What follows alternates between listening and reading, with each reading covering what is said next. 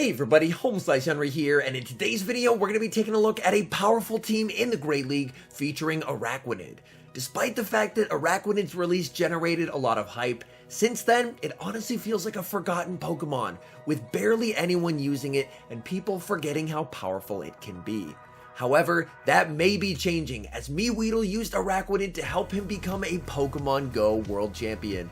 Since he had so much success with it, I figured I should try it as well. So without further ado, let's hop into the matches and check out Araquanid in action in the Great League. Tough lead in the first match, Registeel into Defense Deoxys. I'm going to stay in this lead to start, tank a Thunderbolt, fire off a Zap Cannon, and then I will be switching out.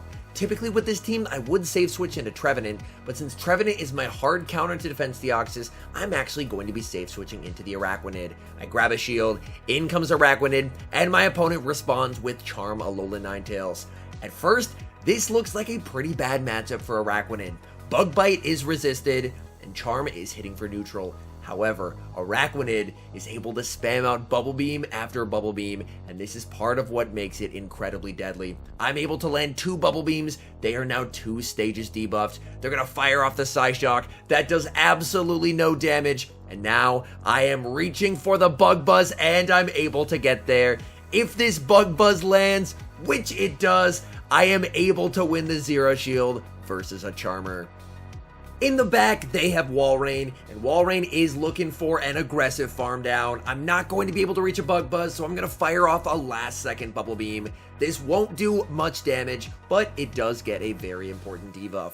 I bring in a Registeel. I'm basically just sacrificing the Registeel at this point. They fire off the Earthquake, and now it's all up to Trevenant. I was able to get some nice chip damage, so this should just about be Seed Bomb range on the Walrein. They fire off the Icicle Spear. I overfarm, and they make a very nice catch, able to catch the Seed Bomb onto the Defense Deoxys. That's a very nice play. From here, I'm going to go for an aggressive farm down. I'm going to shield the first, because the first Psycho Boost is going to do the most, and then fully commit to the farm down here. I am able to leave with the back-to-back moves, and they don't have the Icicle Spear loaded, so this will be game over. First Seed Bomb gets the shield, second Seed Bomb wins the CMP tie. That will be taking out the Walrein, and that is a good game. Hopping into the next match, letting Registeel into Shadow Walrein. This is a pretty nice lead for Registeel, but it is definitely a bait-dependent one. If you're able to correctly call the Earthquakes, Registeel is in a really nice spot here, but if you end up shielding a few Icicle Spear baits, then things could get out of hand quickly.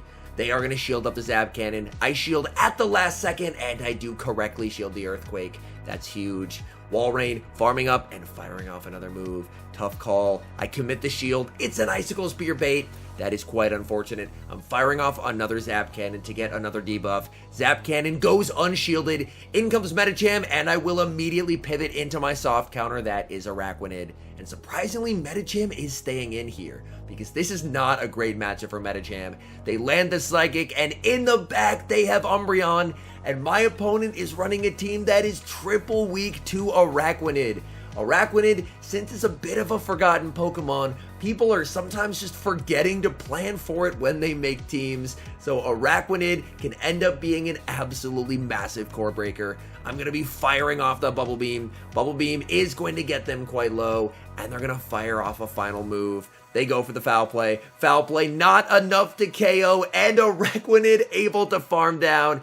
In comes the Medicham, but I'm in a very comfortable position here because I get to align this Medicham onto my Trevenant. Trevenant farms up quite a bit. I bank the Shadow Ball, and I'm going to be bringing in the Registeel. So long as I'm able to reach a Zap Cannon, I should be in a pretty nice spot here. They do get the defense debuff. I go for the Zap Cannon, but I lose CMP. Either way, I still should be in a nice spot here, because now I can just reach the double Seed Bombs. First one will get the shield, and the second one is going to be taking down the Medicham. Running into a team triple weak to Araquanid, definitely a good feeling, and that is a good game. Hopping into the next match, picking up the Dream lead, Registeel into Alolan Ninetales. Opponent is going to save switch into Sableye, and honestly, I could bring in the Araquanid, but I'm actually going to decide to stay in here with the Registeel. My main thinking is that I'm guessing whatever is their final Pokemon is probably going to be weak to Araquanid. So I am going to fire off the Zap Cannon. That deals a ton of damage, and now I can bring in Trevenant and commit to the farm down. Unfortunately, Sableye is going to be able to reach a move, but I can shield and leave with quite a bit of energy to threaten the Ninetales when it comes back in. Opponent is going to be waiting out their switch clock, and then back in comes the Ninetales. I'm hoping I will be able to reach 2 moves. I fire off the Seed Bomb. Seed Bomb able to connect. Trevenant able to reach the Shadow Ball. This is big because this will KO if they let it through, which they do. In the back, they have Shadow Swampert. I'm able to reach a last-second Seed Bomb, and it turns out they are, in fact, weak in the back to Araquanid. And now Araquanid is set to absolutely destroy this Shadow Swampert. Swampert is going to fire off a move. They go for the Hydro Cannon. I'm just going straight for the Bubble Beam. Let's debuff them and farm them all the way down. They let it go. At this point, they know it's over as well. Swampert fires off another Hydro Cannon. Araquanid able to farm down. And that is a good game. Hopping into the next match, leading Registeel into another Deoxys. We know what to do here. In this situation, I am going to be staying in, waiting for them to fire off a move, fire back with the Zap Cannon, and then I'm going to bring in Araquanid. My hope is that I'm going to be able to align the Trevenant onto the Deoxys in the endgame if I'm able to win switch. Thunderbolt lands, in comes Araquanid, Deoxys banks the Thunderbolt, and they bring in Registeel. That is really unfortunate, as Registeel is a Pokemon that Araquanid struggles a lot against. I'm going to try double shielding here. Hopefully I'm going to be able to burn the switch clock long enough to switch out before I have to actually eat a Zap Cannon. I am going to be firing off Bubble Beam after Bubble Beam here, debuffing the Registeel and slowly chipping away at its health. I'm able to reach a third Bubble Beam, so at this point, Zap Cannon would be survivable, but I still don't really want to take the move, so I catch it onto the Trevenant. That is huge. That does basically no damage. In the back, they have Shadow Walrein. I'm going to be firing off the Seed Bomb. Seed Bomb would do a lot of damage to Shadow Walrein. Walrein does commit the shield. Walrein looking for the farm down, and they're just able to get it. That is quite unfortunate. And now I am bringing back in the Araquanid. Walrein is going to fire off the Earthquake. That does quite a bit of damage, and they're going to fire off an Icicle Spear. That's going to get me low, and I'm going to be firing off the Bug Buzz. I am able to reach the last second Bug Buzz, but at this point, I'm not going to be able to beat the Deoxys and their Registeel, so I concede the match.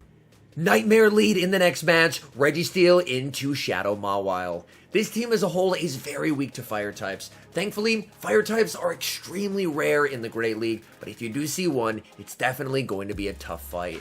I'm going to tank the power-up punch and fire back with the Zap Cannon. This would do a ton of damage. They're forced to shield. In comes Araquanid, and Araquanid is met with Shadow Victory Bell. These neutral Razor Leafs are adding up, but I'm able to reach a Bug Buzz. Do they want to give up the final shield? They do not, and down goes the Shadow Victory Bell. Opponent waiting the timer and going to be bringing back in the Shadow Mawile. Mawile is going to fire off a power-up punch. They are trying to ramp up this Fire Fang damage as much as possible, and I cannot let that happen. So I'm going to fire off a Bubble Beam to reset their attack back down to 0.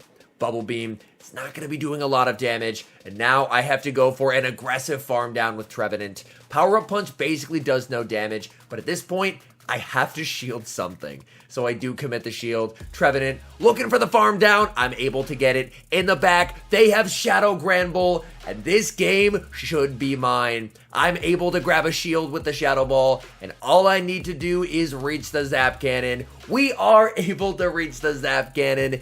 Zap Cannon will be taking down the Granbull, and that is a good game. Hopping into the next match, leading Registeel into Walrein. This is a pretty nice lead for the Registeel, especially since this is the non-Shadow Walrein. Opponent is going to save switch into Shadow Nidoqueen.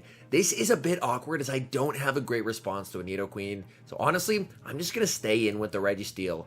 One Earth Power does not KO, so I'm going to no-shield. I tank whatever they throw here. They actually go for a Poison Fang bait, and I no shield. That's massive. I fire off the Focus Blast. Focus Blast does get the shield. Nidoqueen wants to try and win switch, but I am not going to let that happen, because if I can win switch, I can align my Araquanid onto the Walrein, and that should be game over. Unfortunately, I did get baited. Tough call to make. I shield up, and it's the Earth Power. That is huge. I should be able to outpace to the Focus Blast by a single turn here. Nidoqueen desperately trying to reach the move, but I am barely able to outpace. Focus Blast is going to be able to take down the Nidoqueen, and just like that, Registeel is able to win switch advantage. In the back, they have Medicham. I can now put my Trevenant on the Medicham, and I'll be able to align my Araquanid onto the Walrein. I have to watch for the switch. In comes the Walrein, and my Araquanid is going to absolutely feast on this Walrein. Walrein is just going to spam Icicle Spear after Icicle Spear, trying to stall out the clock, but they are not going to be able to do so. The Bug Bites really add up in this matchup, and so does the Bug Buzz. They're going to be firing off another Icicle Spear, Araquanid tanking it no problem, and I'm going to be firing off the Bug Buzz. This is going to be doing a ton of damage to the Walrein, nearly taking it out, and now I can very safely commit to the farm down. They are not going to be able to reach a move to KO me here. I tank the Icicle Spear just fine. In comes Medicham. I am going to be able to reach the Bug Buzz. Bug Buzz will get the Medicham low.